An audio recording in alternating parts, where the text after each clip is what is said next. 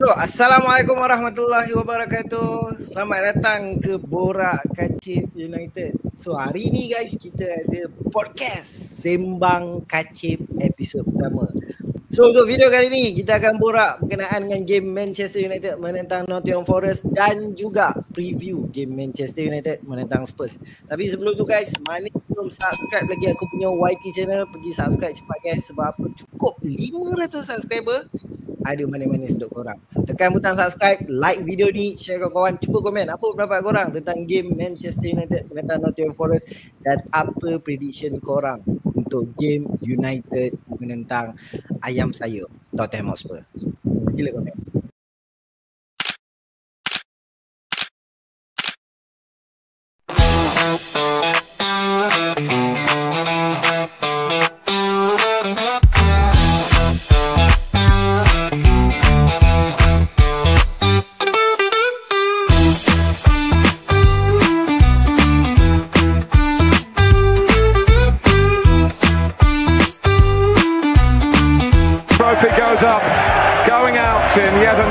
Of glory. Let's go, ayam sayur. Ayam sayur. Yeah. Okay. So hari ni kita ada tetamu istimewa. Okay. Member ni memang dia selalu mengeluarkan informasi-informasi yang bagi aku sangat bagus lah untuk dia selalu muncul kat live saya lah dekat TikTok. So abang, perkenalkan dulu siapa dan dari mana? Okay, baik. Assalamualaikum semua. Saya dikenali sebagai Abang Bear. Saya merupakan fan tegar United sejak tahun, kita boleh cakap tahun 2006 lah, 2006, 2007 macam tu. Jadi kiranya since 2006, 2007 sampai sekarang. Forever GG. Lama. Okay bang, kita straight to the point. Manchester United menentang Nottingham Forest. Okay, baik. Soalan pertama saya bang. Okay. Satu ayat ataupun perkataan yang menggambarkan game Manchester United menentang Nottingham Forest. Satu je. Kalut ataupun chaos. Okay. Itu Kenapa? Itu apa yang aku boleh cakap lah. Dia chaos sebenarnya satu, macam yang kita tahulah. Player favourite Ruben Amorim di sebelah kiri. Player favourite ya. Kita boleh beritahu apa, kita boleh cakap lah player favourite Amorim, tapi bukan favourite fans, iaitu our passion merchant Diogo Dalot. Itu sebenarnya. Itu kalau saya pergi Old Trafford aku bentis kaki dia. Aku jumpa dia Kel ni. Aku starlight dari dia Kel. Dia, sumpah. Kalau aku pula, satu perkataan bagi aku mentality lah. Kenapa mentality? Sebab bagi aku United tak macam ni. Kita kenal United kalau kena 2 gol dalam minit yang sangat-sangat pendek. Kan 2 gol kan, 2 minit. Betul, United 2 minit betul. Player mesti tunduk. Takkan bounce back, takkan comeback. So untuk game kali ni aku letak satu perkataan tu adalah mentality, dan Abang Bear letak apa tadi bang? Chaos. Iaitu kekecohan lah orang cakap. Dan sebenarnya aku ada maksud yang tersendiri chaos tu kenapa.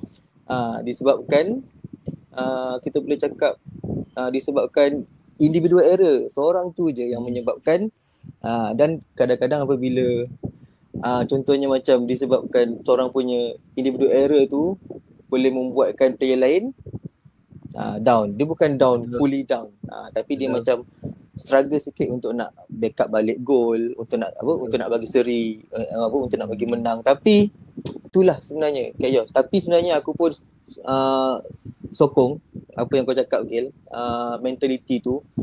Sebab untuk season ni apa yang aku nampak lah, dia kiranya lately selepas kita boleh cakap selepas kita punya 3 wins a row kan. Mentality player sekarang lain sebenarnya. Lebih sangat nampak lain lah. Lebih nampak confident betul. lah, betul. So kita tengok balik game hari tu. Abang rasa United layak menang, layak seri, layak kalah untuk game Nottingham Forest? Sejujurnya menang memang aku cakap memang tak layak langsung. Betul. And seri pun sebenarnya kita sebenarnya nasib je seri sebenarnya. Jujur cakap nasib disebabkan disebabkan gol Ahmad Diallo yang volley dia tu. Walaupun gol cantik. Tapi itulah kira macam kalau kita kaitkan dengan kau punya statement tu mentality, itulah sebenarnya mentality. Individual performance lah. Individual performance. Kiranya malam tu malam Ahmad jugalah sebenarnya. Betul. Aku pun Ahmad. setuju lah. Aku rasa untuk game malam tu United tak layak menang pun. United Tak layak menang. Tak layak menang langsung je. Betul. Seri tu nasib. 50-50. Betul. Seri tu nasib lah. Sebab satu, aku tengok dari minit pertama United memang lost lah. Memang sebab bagi aku Sean Dyche pandai. Sean Dyche tahu. Betul. Kalau dia kunci Mbeumo, dia kunci Matheus Cunha, satu tim mati. Tim akan mati. Betul. Satu tim settle. So aku rasa Sean Dyche kena bagi kredit lah sebab dia kunci. Berapa pasal kalau Mbeumo dapat bola, 2 orang masuk terus. Sama juga Betul. dapat bola, 2 orang masuk terus. Betul. So benda tu bagi aku kena bagi kredit lah dekat Sean Dyche kan. Okay, saya nak tanya satu soalan lah. Boleh. Berkenaan game Man United lawan Nottingham Forest. Okay, ini berkaitan dengan kemasukan pemain. Okay. Elliot Ederson, adakah dia sesuai untuk masuk United bang? Dia tengok dari segi gameplay, harga.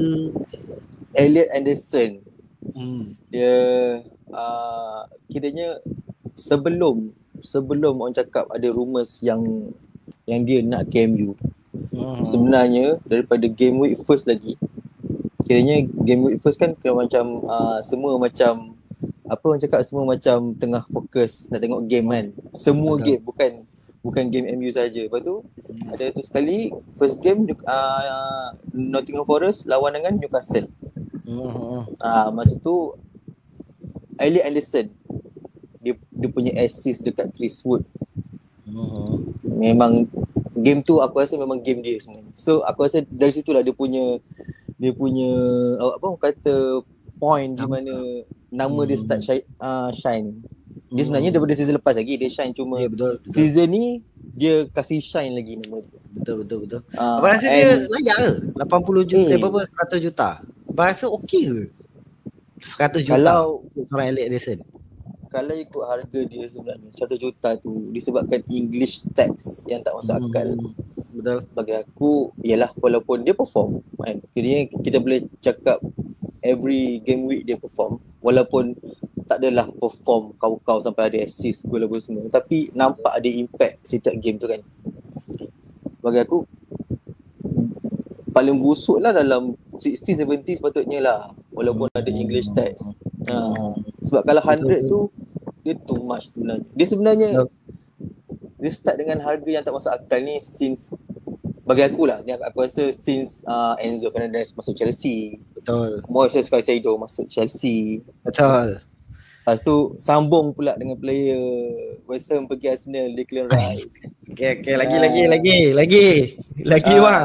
Ada dua lagi. Lepas tu ada lagi kita punya ejen kesayangan.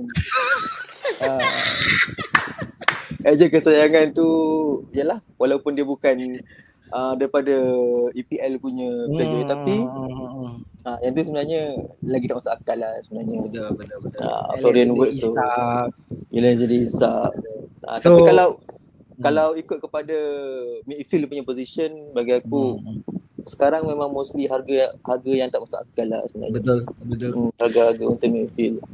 Kalau saya, kalau aku cakap kat viewer kan, kalau buat live lah. So mana belum follow aku punya TikTok, pergi follow guys. Selalu buat live kat situ. So dekat live aku selalu beritahu Elliot Ederson adalah pilihan yang tepat untuk betul. EPL proven kawasan midfield. Kan ada 3 nama yang dikaitkan dengan Man United untuk kawasan midfield. Elliot Anderson, Carlos Baleba, Adam Wharton. Dua ni sangat sesuai untuk bermain sebelah Bruno. Yang ni tak sesuai. Yang ni untuk gantikan Bruno. Yang sesuai Elliot Anderson, Carlos Baleba. Betul. Yang untuk gantikan Bruno ada Wharton. Satu lagi nama Angelo Spiller. So kita nak cari player yang main sebelah Bruno Fernandes. Sebab kalau kita tengok kontrak Casemiro. Season ni adalah season terakhir Casemiro. Bruno Fernandes jauh lagi. Ada lagi 2 season tak silap. Betul lah, lagi 2 season lagi. So kenapa kita nak gantikan player yang kita tak tahu lagi masa depan ni macam mana? Better kita cari player yang kita dah confirm dia ni akan keluar tahun depan. So nama yang paling sesuai adalah Elliot Anderson. Sebab kalau kita tengok harga ada Wharton, Elliot Anderson, Carlos Baleba 100 juta. Kita ambil 100 juta yang kat tengah ni Elliot Anderson. Carlos Baleba 100 juta tak masuk akal lah. Member untuk Hoyo Payang sekarang ni. So aku harapkan United dapatkan lah Elliot Anderson ni. Ya, betul. Bagi aku berbala lah aku dah dapat. Jangan lambat, itu je. Jangan lambat. Jangan lambat step. Lambat tapi sebenarnya ada juga orang cakap Elliot Anderson ni dia punya gameplay dia orang cakap atas sikit je daripada kita punya Scott McTominay sebenarnya. Tapi apa yang aku boleh cakap gameplay Elliot Anderson dengan Scott ni dia lain sebenarnya. Sangatlah betul. Berbeza.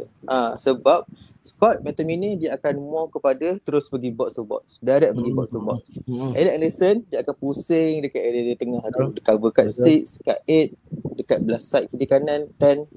Macam kita dia merata lah. Tapi McTominay jenis dia dah once dia lepas dia akan terus lari pergi kat box.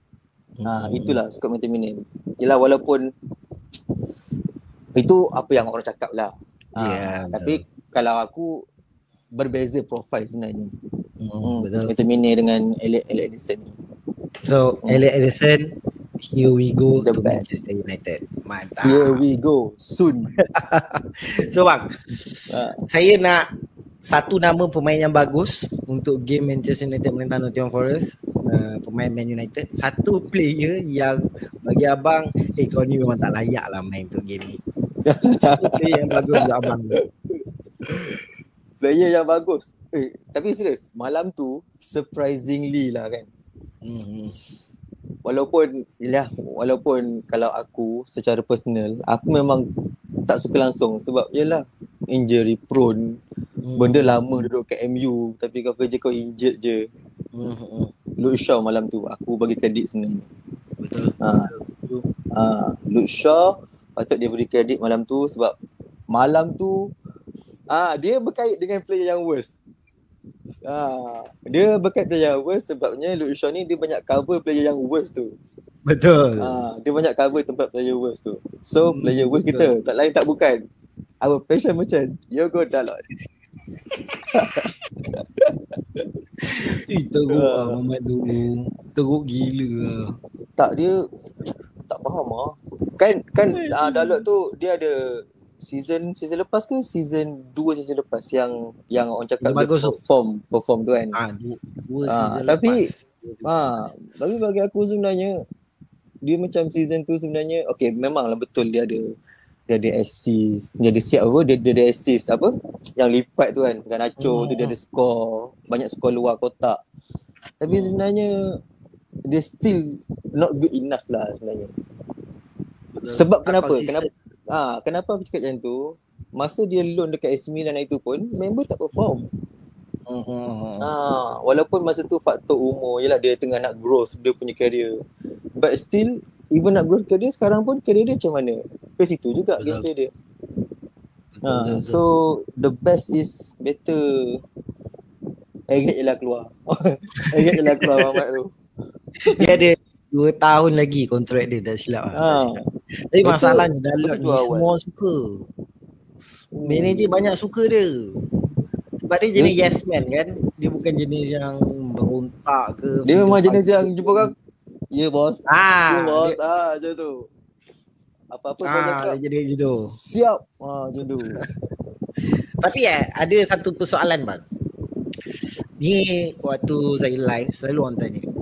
Saya ada jawapan saya sendiri lah. Kenapa saya rasa benda ni tak sesuai.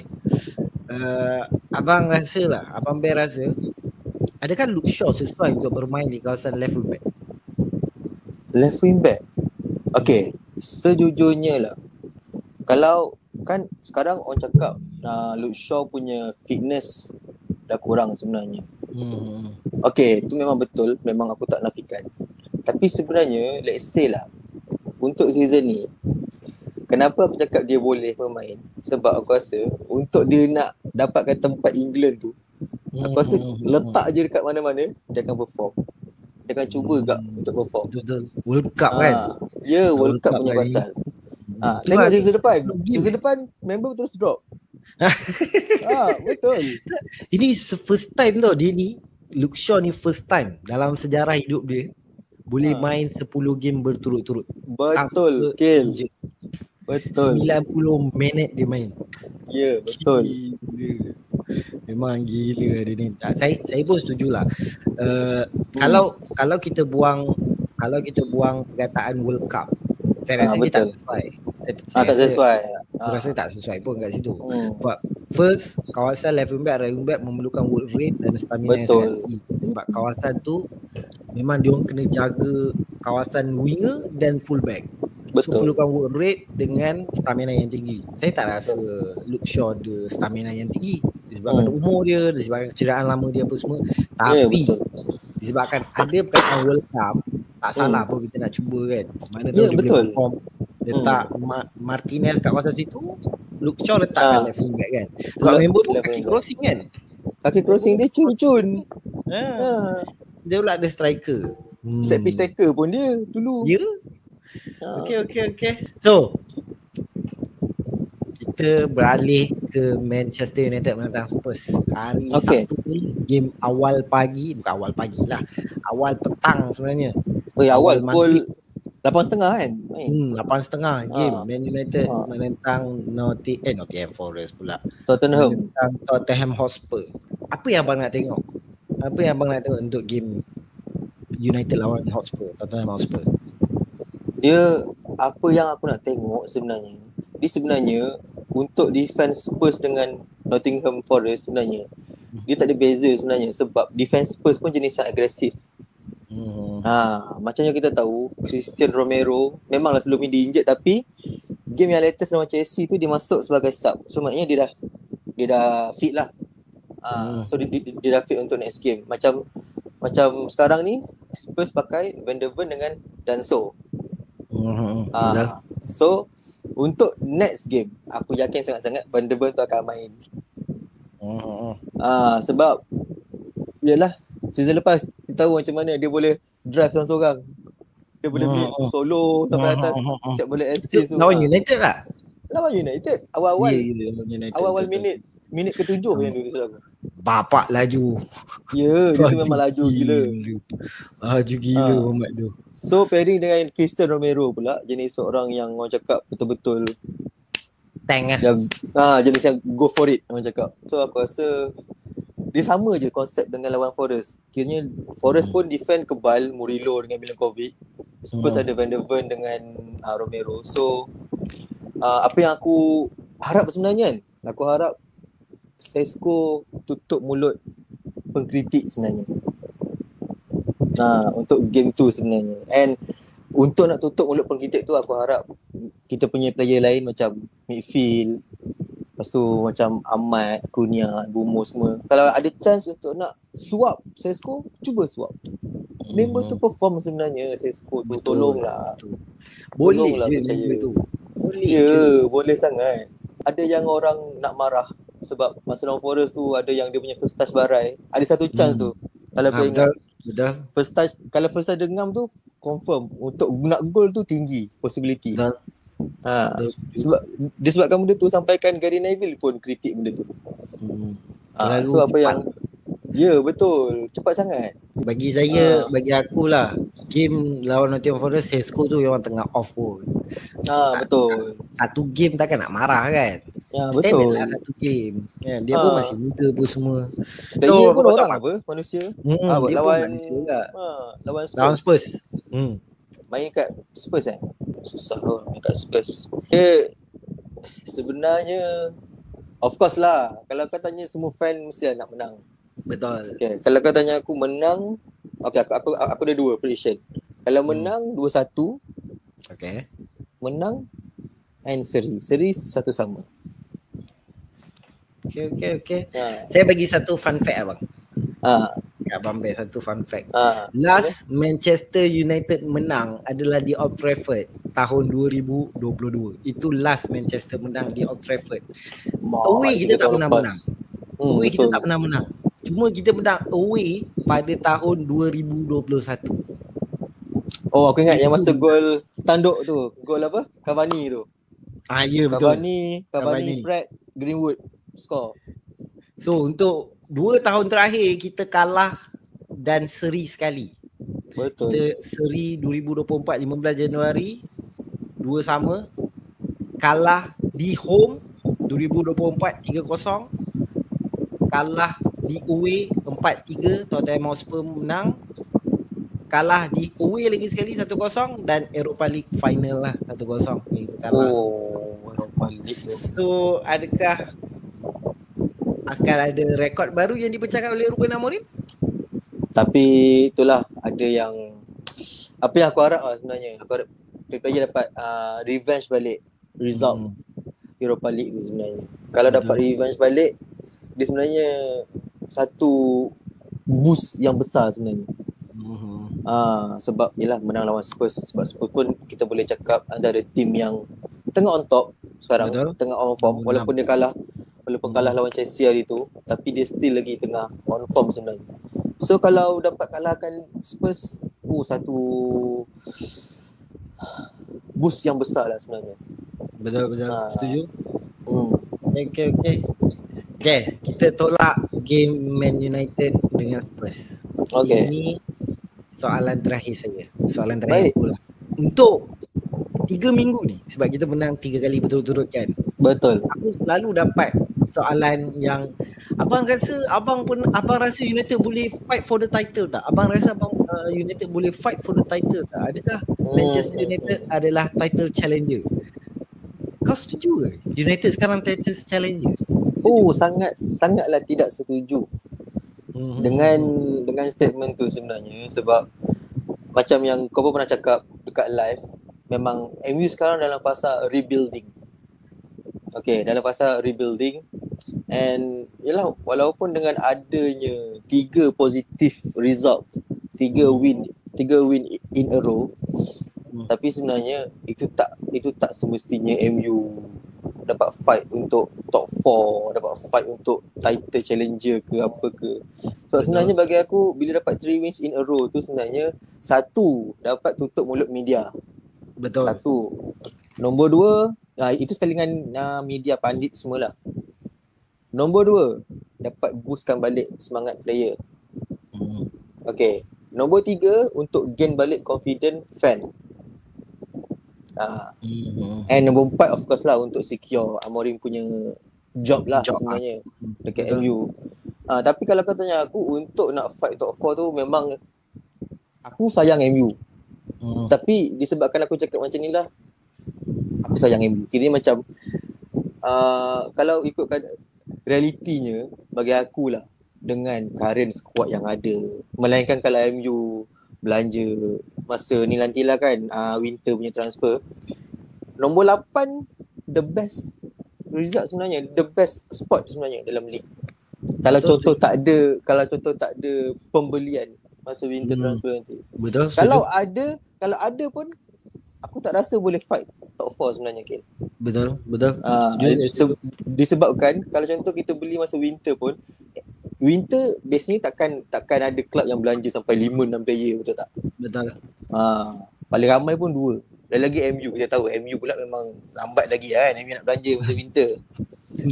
So kalau contoh andai katalah dapat antara salah seorang Elliot Anderson ataupun Baleba, kalau dapat nombor 6, dia at least dapat masuk Europa ke ataupun Conference League pun dah lebih daripada cukup lah sebenarnya bagi aku. Betul. Aku pun setuju lah, sebab aku tak rasa Man United berada di title challenger pun. Kalau kita tengok squad betul. depth pun, ini bukan squad depth untuk title challenger. Jauh. Kalau United Januari ni, setuju lah dengan Abang Bear kan? Januari ni United beli seorang atau beli antara Carlos Baleba ataupun Elliot Anderson. Maybe kita boleh go for top 6. Ya, betul. Top 5 lah paling tinggi pun. Top 5 lah paling tinggi. Buat masa sekarang 8, 9, 7 itulah. Itu pun dah better dah sebenarnya. Better result. Itu dah better dah. Daripada season lepas kita nombor 15 kan. 15 betul. Betul. So bang, kata-kata terakhir bang untuk fan-fan United dengan budak-budak Glory Hunter. Okay. Benda ni, apa yang aku nak cakap ni, aku selalu cakap dalam live kau lah bila aku join. Aku just nak cakap kepada fan-fan yang Glory Hunter, aku faham. Aku pun fan MU dah lama. Aku pun dah lama nak rasa happy dapat menang EPL apa semua. Tapi sedarlah wahai fan semua Glory Hunter, kita dah ada title, kita dah ada cup dah sebenarnya. Kiranya macam tak dah lama sangat tempoh untuk kita nak ada cup. Kita dah ada cup dah. Daripada Arsenal tak ada cup langsung. Nampak tak? Kita selit sekali. Panas. Yelah, kita dah ada cup. Diorang tak ada cup pun. Tak bising pun. Kita dah ada, yelah, even Carabao Cup, yelah, walaupun manager tu bagi dosa besar dekat MU, si botak tu, tapi at least dia menang Carabao. Betul. Dia menang Carabao, FA. So macam kiranya macam kita tak ada lah macam lama sangat kita tak merasa pegang cup. Melainkan Arsenal 5 tahun lepas tu pun menang Community Shield, bangga-bangga habis. Ulang makan dengan Odegaard, Saka, Rice. Rest. Ulang bagi je. Okay. Last Akil. Boleh. Tolonglah. Orang cakap jangan asal kalah Amorim out. Dia benda ambil masa. Tak kisahlah ambil masa berapa lama sekalipun. Even next game lepas dia pun kalah. Contoh kalah 3 game next 3 game ni kalah kan straight. Tolonglah support je manager. Betul. Percayakan sebab dia ada something tau sebenarnya. Betul. Dengan squad yang dengan player yang dia ada tu. Dia ada aura just lah. Just percayakan je. Tak nak dah dengar Amorim out pun semua ni. Tak nak. Itu semua bagi aku sangatlah mengarut. Betul. Tak masuk akal. Okay Abang Pai, terima kasih sebab join kita punya podcast episod pertama Abang Pai. Thank you. Maaf kalau silap kasa. InsyaAllah akan datang. Aku pun lagi. Sama Kel. Sorry kalau aku dah terkasar bahasa, tersilap kata. Saya santai orangnya. Aku pun santai. So guys, mana belum subscribe lagi aku punya YT channel, subscribe cepat guys. Mana belum follow lagi aku punya TikTok, boleh follow juga, nama sama Borak Kacip United. Jangan lupa like video ni, share kawan-kawan, cuba komen apa prediction korang tentang Manchester United menentang Tottenham Hotspur dan apa pendapat korang kalau Elliot Anderson masuk Manchester United. Jangan lupa subscribe. Okay.